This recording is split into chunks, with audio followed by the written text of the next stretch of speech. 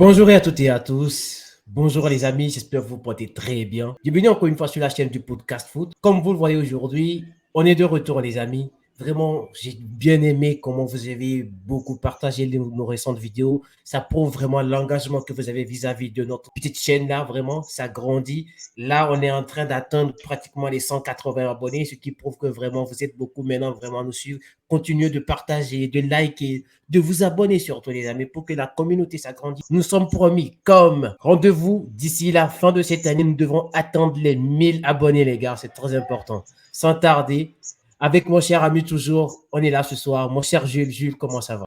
Bonsoir Roland, bonsoir à tous les internautes qui le suivent. Et voilà, on vous invite à partager la page, à liker la page, à nous soutenir, à nous donner de la force et du courage. Parce que voilà, on met tous nos activités de côté juste pour vous faire plaisir, pour vous donner l'actualité du football et vous faire part de nos avis. Donc, n'hésitez pas à partager. Merci beaucoup, mon cher Jules. Merci beaucoup, vraiment.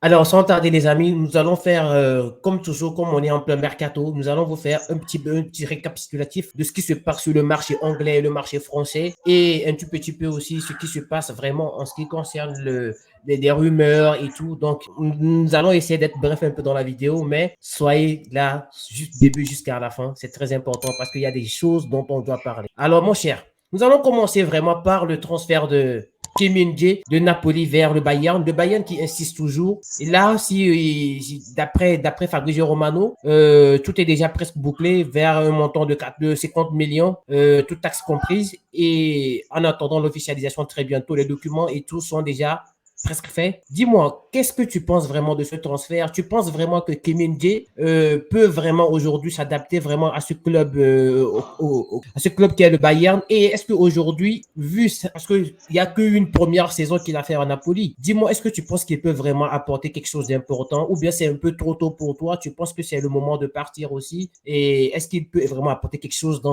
cette composition de Thomas Tuchel? Bon, à mon humble avis, actuellement, beaucoup de de recrues ont été choisis par les coachs du club. Donc, comme le cas de Kim dit, il a été choisi peut-être par Thomas Tuchel, mais comme tu l'as dit, il a juste fait une très belle saison à Naples. Pour moi, c'est un peu tôt de le voir au Bayern de Munich, mais bon, ça ne nous surprend pas puisque le marché des transferts est ainsi fait. Voilà, les flambées des prix des joueurs, voilà, on le voit de jour en jour. Mais personnellement, vu la saison qu'il a faite au Napoli, je pense que s'il continue comme ça, il pourra s'imposer rapidement au Bayern. Maintenant, ça sera une saison à confirmation. Et n'oublions pas aussi, il devra immédiatement s'adapter et surtout s'adapter à la première, à la Bundesliga, du moins. Donc, attendons de voir. Mais mes avis, voilà, j'ai des avis différents entre s'il peut s'imposer ou s'il fera une saison ratée. Mais bon, espérons qu'il réussisse. Parce que déjà, j'ai l'impression que il est venu pour remplacer un peu plus Lucas Hernandez qui est Lucas venu Hernandez. qui est venu au Paris Saint-Germain. Mais moi, actuellement, quand je vois les défenseurs du Bayern, le Bayern a toujours joué avec deux centraux. Je ne sais pas qui il peut remplacer aujourd'hui parce que Delite a fait une très belle saison l'année dernière aussi parce qu'au début, c'était compliqué, mais il a su vraiment s'adapter. Je pense que Upamecano aussi, il n'est pas mal. Mais je ne sais pas aujourd'hui qui il va vraiment remplacer ou bien il va récupérer des minutes de jeu petit à petit pour pouvoir en fait, gagner des terrains. Même Benjamin Pavard aujourd'hui, bon, on l'a vu comment on appelle le coach là, Nagelsmann. Nagelsmann l'a même fait jouer défenseur central plusieurs fois. Parce que Pavard même, je pense qu'il est même défenseur central même de formation. C'est au Bayern qu'il a Il joué a beaucoup plus commencé à jouer latéral, oui. latéral, tu vois. Donc, je réfléchis, je ne sais pas vraiment comment l'adaptation sera faite. J'espère vraiment qu'il va s'en sortir, c'est le plus important. Alors, nous Oui, allons passer. Oui, oui, vas-y, vas-y. oui, oui, effectivement, à noter que peut-être la saison dernière, Upamecano a fait une deuxième partie de saison assez médiocre. Et avec le départ de Lucas Hernandez, peut-être c'est ce qui pousse les dirigeants du Bayern à choisir. Espérons qu'il pourra élever leur niveau de jeu en défense. Comme tu l'as dit, pour moi, de Ligt, c'est le défenseur indiscutable de cette équipe-là. Maintenant, le concurrent se fera entre lui et Upamecano. Mais Upamecano, s'il parvient à nous refaire sa forme d'avant mondial, il pourra jouer et que Kim Jong-un sera sur le banc. Voilà. D'accord. Alors, nous allons passer alors à André Onana. André Onana qui devrait signer, qui devait s'engager du côté de Manchester, de Manu, pour un montant avoisinant les 50 millions d'euros. 60. Oui, 50-60 millions d'euros. Dis-moi, la fois dernière, on parlait de ça. Là, c'est presque en train d'être fait. Tu es toujours autant aussi ravi de son arrivée. Est-ce que tu penses vraiment que vraiment c'est le gardien qu'il faut vraiment à Manu? Parce que moi, personnellement, je pense que c'est un très bon gardien. Et je pense qu'il peut vraiment avoir sa place dans cet effectif. Juste que mon seule inquiétude, c'est son caractère, c'est son comportement je pense qu'il peut, parce que c'est quelqu'un qui a beaucoup d'ego. C'est pas un joueur très facile à canaliser. J'espère vraiment qu'il peut vraiment tenir. Dis-moi, toi, personnellement, qu'est-ce que tu penses du joueur? Bah, on en a parlé l'autre jour, hein, on en a, comme son nom l'indique, voilà. Moi, personnellement, je suis satisfait qu'il soit à Manchester. Peut-être d'ici demain ou jeudi, le club va l'officialiser. Donc, je suis satisfait qu'il soit le remplaçant de De Gea. En tout cas, il a tous les atouts pour réussir. Il a tous les atouts pour réussir. Déjà, il vient dans un club où il est numéro un titulaire. Pas par exemple, quand il quittait l'Ajax pour aller à l'Inter, il était quasiment numéro 2. Voilà, la concurrence se faisait entre lui et Andanovic. Mais maintenant, c'est sûr qu'il va être numéro 1. Donc, dans sa tête, c'est facile. Son jeu de pied aussi va le permettre d'être dans la logique de la continuité. Et de deux aussi, tu as parlé de comportement. Ça, je n'ai pas de souci à me faire par rapport à ça. Parce qu'il va rejoindre un coach qu'il a eu pendant presque 3 ans. Donc, c'est un coach qui le maîtrise et qui veut le joueur. Donc, je pense qu'il n'aura pas de souci de comportement. Il va être professionnel jusqu'au bout. Et c'est un très bon recrue pour Manchester United. Franchement, je suis ravi en tant qu'Africain qu'il soit là et je suis ravi parce que c'est un grand gardien. Voilà. D'accord, je suis parfaitement d'accord avec toi en tout cas, en espérant vraiment, parce que j'ai l'impression que vraiment c'est Tena qui l'a beaucoup plus formé, c'est Tena qu'il connaît vraiment depuis tout petit, donc j'espère vraiment qu'il fera de bonnes choses. Nous allons passer du côté de Paris et de Manchester, de l'autre Manchester. J'aimerais qu'on parle un peu de Bernardo Silva. Bernardo Silva, le dossier Bernardo Silva qui peine vraiment à être finalisé parce que déjà il y a un petit, tu vois, un petit souci déjà entre les Qataris et les Arabes et tout, c'est un peu compliqué. Donc, je me dis, déjà, Manchester City qui veut déjà pas laisser Bernardo Silva partir pour peu d'argent, ils veulent vraiment le vendre. Peut-être il peut être même le joueur le plus cher vendu par Manchester City. Et moi, je pense qu'aujourd'hui, l'effectif de Paris Saint-Germain, le Paris Saint-Germain cette saison est en train de construire un effectif cohérent vraiment. Et là, moi, je pense que Bernardo Silva, dans cet effectif, ça peut apporter quelque chose d'extraordinaire. Je pense que ça venu à Paris. En plus, il y a sa femme qui est fatiguée un peu de la vie de Manchester, qui aimerait vraiment vivre à Paris. Et il y a aussi le Barça aussi qui lui court après. Il y a aussi l'Arabie Saoudite aussi qui lui fait des offres. Dis-moi, qu'est-ce que tu penses de ce cas de Bernardo Silva? Bon, nous avons tous un sentiment mitigé hein, parce que on ne sait pas de quoi sera fait son avenir parce qu'il est partagé entre le Paris Saint-Germain, le Barcelone et l'Arabie Saoudite. L'Arabie Saoudite qui a les moyens financiers, et quels qu'ils soient, ils ont les moyens financiers de le recruter. Maintenant, peut-être que c'est le joueur qui refuse ou bien qui est en attente d'aller là-bas. Il y a aussi Barcelone, mais Barcelone, on sait tous qu'ils ont des problèmes financiers. Barcelone, voilà, ils ne feront pas la concurrence face à Paris ou bien face à l'Arabie Saoudite pour le recrutement de Silva quand il s'agit d'argent en fait. Donc, Paris aussi est là. Paris, comme tu l'as dit, ils sont en train de construire un effectif cohérent avec Luis Enrique. Et il y a aussi son agent, Joan Mendes, qui pousse pour qu'il aille vers Paris. Mais là, je pense qu'il y a, en fait, il y a 3 choix. Je dirais, il y a 3 choix, si je peux le définir comme ça. Il y a le choix sportif. Il y a le choix sportif, c'est d'aller peut-être au Paris Saint-Germain, un club qui n'a pratiquement rien gagné sur la scène européenne, d'essayer d'élever ce club-là et en fait de gagner la Ligue des Champions. Ou bien, il y a le choix de l'argent, se préparer pour son après-carrière parce qu'il a déjà tout gagné. Bernardo Silva, sauf la Coupe du Monde, il a gagné presque. Voilà. Mais juste moi, personnellement, je pense que c'est un peu tôt. Moi, je pense que c'est un peu tôt pour partir en Arabie Saoudite parce qu'il doit avoir 27-28 ans. Donc, je pense que c'est un peu tôt. Mais il a ce choix-là parce que là, actuellement, s'il part au FC Barcelone, il sera obligé de réduire son salaire. Donc, c'est un sacrifice énorme. Je ne sais pas s'il rêve de jouer au FC Barcelone. Si c'est un rêve pour lui, il peut le faire sans aucun souci parce que le joueur, il n'a pas de problème d'argent. Mais je pense que là, actuellement, au moment où nous sommes, avec les entourages des joueurs, c'est l'argent qui est mis en jeu. Ouais, mais Donc, actuellement aussi, il n'y a moi, que le Paris Saint-Germain qui peut financièrement vraiment effectuer et son transfert et son salaire. Parce que le Barça peut pas. et les Arabes Saoudites, Oui, non, et l'Arabie, et non. les Arabes, Sauf non, voilà. si lui-même, il veut quitter la scène européenne. C'est si lui-même, il veut quitter la scène européenne. Mais aujourd'hui, un joueur qui veut toujours être compétitif et qui veut vraiment jouer la Ligue des Champions, essayer d'apporter ce qu'il veut. Parce que le championnat français, il connaît très bien le championnat français, il y a déjà joué. Et aujourd'hui, je pense que le Paris Saint-Germain peut lui proposer un bon salaire qui peut s'approcher un tout petit peu de salaire des Arabes aussi, je pense. Et le Non, transfert non, aussi. le meilleur choix qu'il puisse faire, c'est d'aller au Paris Saint-Germain pour le choix sportif. Mais maintenant, c'est ce que je te dis. Il y a des joueurs qui rêvent de jouer dans certains clubs et ils sont prêts à faire des folies ou bien à faire des sacrifices pour rejoindre ces clubs-là. On a vu le cas Gundogan. Il pouvait bien rejoindre les Émirats arabes, mais il a préféré réduire son salaire pour aller chez Barcelone. C'était un rêve de gamin pour lui. Donc, Mais espérons que souvent, mais souvent, Bernardo mais, signe. mais souvent, j'ai l'impression que souvent, quand les joueurs passent vraiment sur ces genres de trucs et ils vont dans leur club de cœur, ça ne marche jamais, quoi. J'ai l'impression. Voilà, c'est ça. Quand je Surtout. fais la liste de beaucoup de joueurs, j'ai l'impression souvent que vraiment ça ne marche pas. J'ai l'impression. En tout cas, en espérant vraiment que Bernardo Silva fera un bon choix en parlant d'amour envers son club, j'aimerais qu'on parle de ce joueur. Xavi Simons, vraiment, qui a été annoncé hier, vraiment, son retour au niveau du côté du Paris Saint-Germain.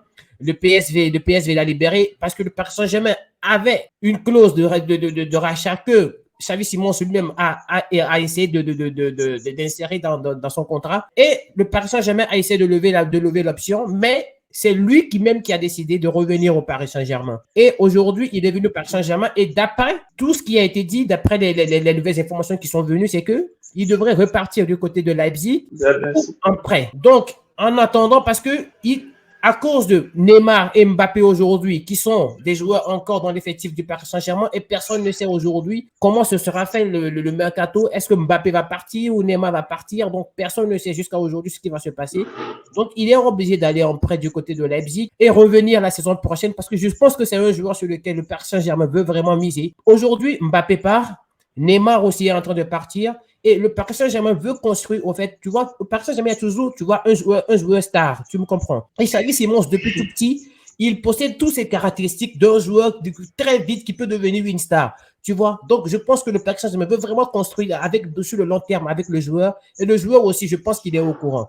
Moi, si c'est qu'on lui avait promis de venir et de commencer à jouer cette année ou lui a promis une place de remplaçant, je pense que ça va chuter un peu son processus. Mais s'il doit repartir du côté de Leipzig, je pense que c'est un meilleur choix, pourvu qu'il n'y a pas d'option d'achat dans le contrat, ou bien il y a une clause de rachat qui est peut-être inférieure dans les 10 millions que le personnel peut relever encore pour le faire revenir. Je pense que c'est bien. Et si le joueur lui-même, aujourd'hui, il veut partir en prêt parce qu'il sait très bien que le Paris Saint-Germain est un club dans lequel il a tout son amour. Moi, c'est ce que je pense. Dis-moi, mon cher Jules, qu'est-ce que tu penses de ça?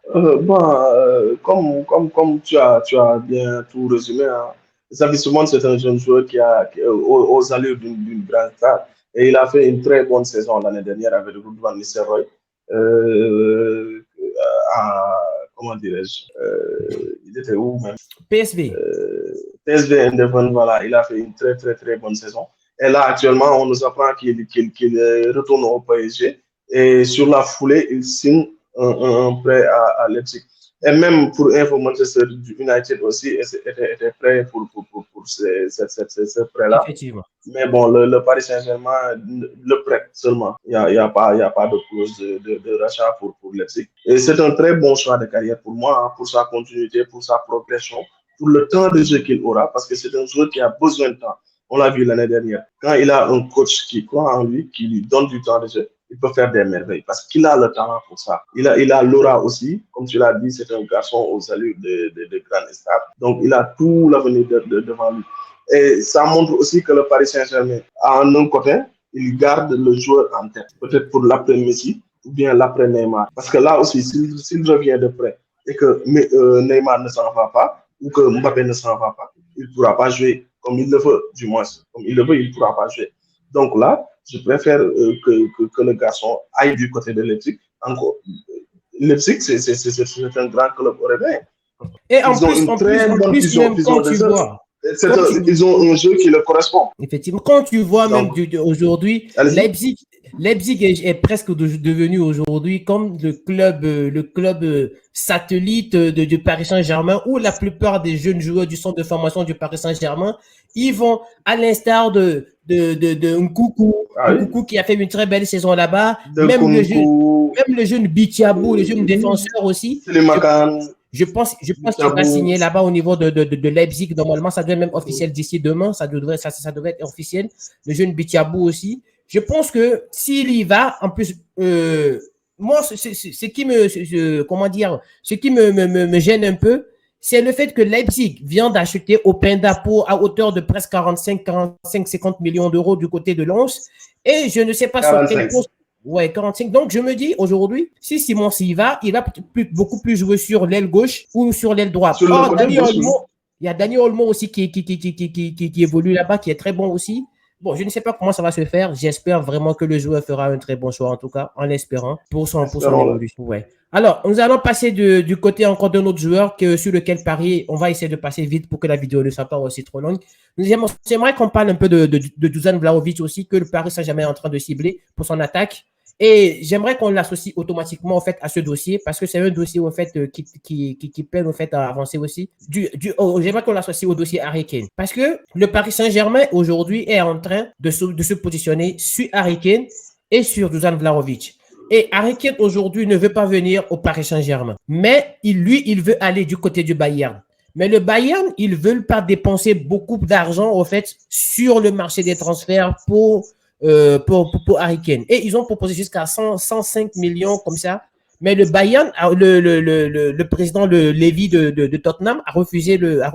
Et le Paris Saint-Germain est prêt à payer la clause qu'il faut pour que le joueur puisse venir au Paris Saint-Germain. Mais c'est le joueur qui ne veut pas venir au Paris Saint-Germain.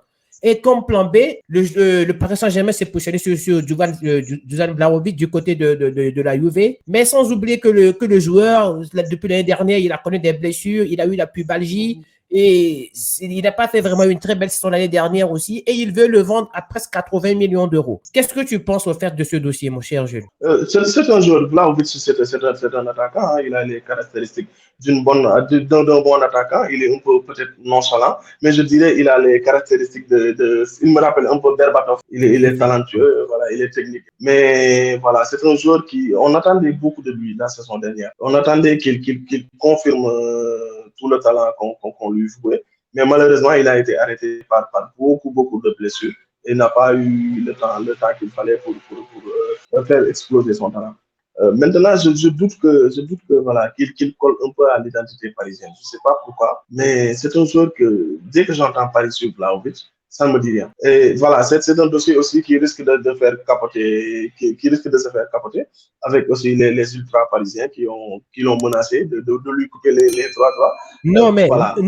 Mais d'après ce que j'ai lu, c'est que les fans, les ultras ont dénoncé que les informations ne viennent pas d'eux et que ce sont peut-être des fans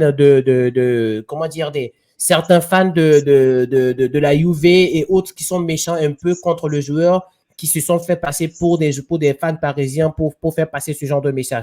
Je ne sais pas si c'est vrai ou pas dans tous les cas. Bon, le mercato, j'aimerais vraiment qu'on... En tout cas, le bandeau a été écrit. Le bandeau a été écrit en français. Je l'ai vu, effectivement.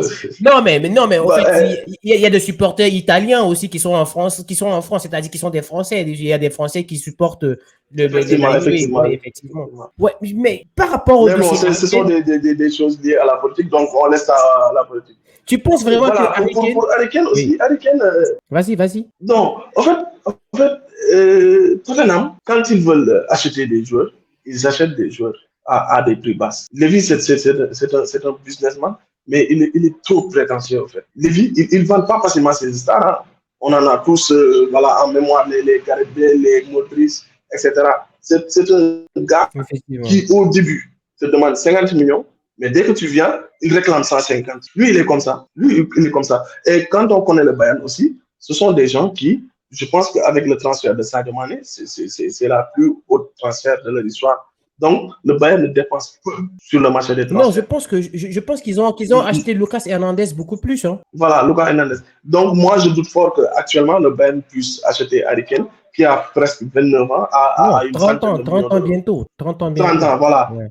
Voilà. Donc, moi, personnellement, je doute que le FC Bayern puisse recruter Harry Kane à cette somme-là. C'est pas parce qu'il ne le veut pas, mais il ne dépense pas ces sommes-là aussi. Lui aussi, comme un bon prétentieux, il fait tout au jeu de cache-cache pour garder son jeu pour la saison prochaine, etc. Mais je pense que Manchester United aussi a la possibilité de jouer voilà, en douce pour récupérer Harry Kane parce que contrairement au FC Bayern, ils sont prêts à faire des folies ces jours-là. Bon, tu as essayé de résumer un peu le truc. Bon, pour que la vidéo ne soit pas longue, j'aimerais qu'on fasse juste une petite minute sur Declan Rice. Declan Rice qui a signé du côté d'Arsenal. Pour moi, est-ce que tu penses aujourd'hui que vraiment, parce que 122 millions pour un joueur, les Anglais, ils font des folies, mon cher jeune. Parce que moi, je me dis... Anglais. Ah, mais ouais, mais les Anglais, ils font des folies. Moi, je me dis aujourd'hui, 122 millions, mais c'est beaucoup. Hein. Est-ce que tu penses vraiment que Declan Rice, est-ce qu'il vaut vraiment cette somme? Parce que n'oublie pas que, on l'a vu, Chelsea, ils ont sauté la clause libératoire de Enzo Fernandez à presque 100 et quelques millions. Bellingham, il est parti du côté de Real à presque 100 et quelques millions. Mais ça commence pas à être vraiment du n'importe quoi, les joueurs anglais, là, vraiment. Mais qu'est-ce qui se passe vraiment? Tu penses vraiment que 122 millions, il peut vraiment confirmer tout ce qu'il faut? Parce que n'oublie pas que Arsenal, il a perdu Xhaka. Xhaka est parti. Thomas Partey, je ne sais pas si vraiment cette saison, ça sera vraiment ce qu'il faut. Et Odegaard, il est là. Mais Mount, je ne sais pas vraiment qu'est-ce qu'il peut vraiment apporter. Pas Mount, l'autre là. L'autre là qui a signé aussi là, Avert. Avert, je ne sais pas vraiment est-ce qu'il va jouer en tant que 10 ou vraiment aujourd'hui, je ne sais pas. Tu penses vraiment que Declan Rice, il peut vraiment justifier ces 122 millions? Non, personnellement, voilà, ma réponse est non, il ne le justifie pas. Mais comme je te le disais tantôt, on est dans un monde maintenant où voilà, c'est un marché de transfert un peu fou. Les joueurs moins coûtent plus cher, les joueurs stars coûtent moins cher, etc. Ça dépend de l'aura. Parce que c'est un joueur anglais, tout simplement. C'est un joueur anglais, il n'a rien gagné. Il n'a gagné ni la Champions League, ni le championnat, ni il a gagné la Conference League. Je pense il a gagné juste la Conference League. Il a gagné juste la Conference League. C'est un joueur qu'on connaît depuis 3-4 ans. Voilà, c'est un bon milieu de terrain. Hein. Mais Declan Rice, on peut décider 120 Declan Rice dans le football actuel. Mais maintenant, on l'a vu sur le cas Manchester, Harry Maguire à Manchester, parce qu'il était le capitaine de Leicester, c'est un Anglais. Donc, moi, je me dis, si Declan Rice coûte 122 millions, combien va coûter Rodri?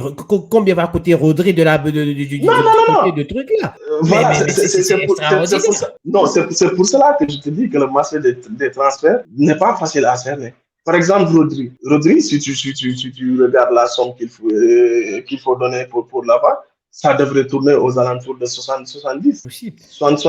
Mais maintenant, tu as Declan Rice à 120 et quelques millions. 120 et quelques millions, tu peux faire une équipe avec ça. C'est le budget de beaucoup de clubs de Ligue 2 ou d'Espagne. Mais bien sûr. Et sans oublier que Arsenal, ce mercato, ils ont acheté Avert. Avert, je ne sais pas, 80 millions ou un truc comme ça. Ils ont acheté Avert.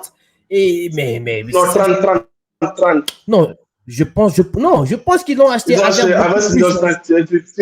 Je pense qu'ils ont acheté Avert beaucoup plus que ça. Non, mais ça tourne autour de 30, je pense. Parce que lui reste juste un an de contrat à Chelsea. Va falloir vérifier. Je pense que le gars là a coûté plus de 50-60 millions d'euros. Hein. Je pense qu'il a coûté plus que ça. En tout cas, va falloir qu'on vérifie. Mais il y a aussi le Timber là dont tu viens de parler. Je pense qu'il a coûté 45 ou 50, un truc comme ça du côté d'Ajax.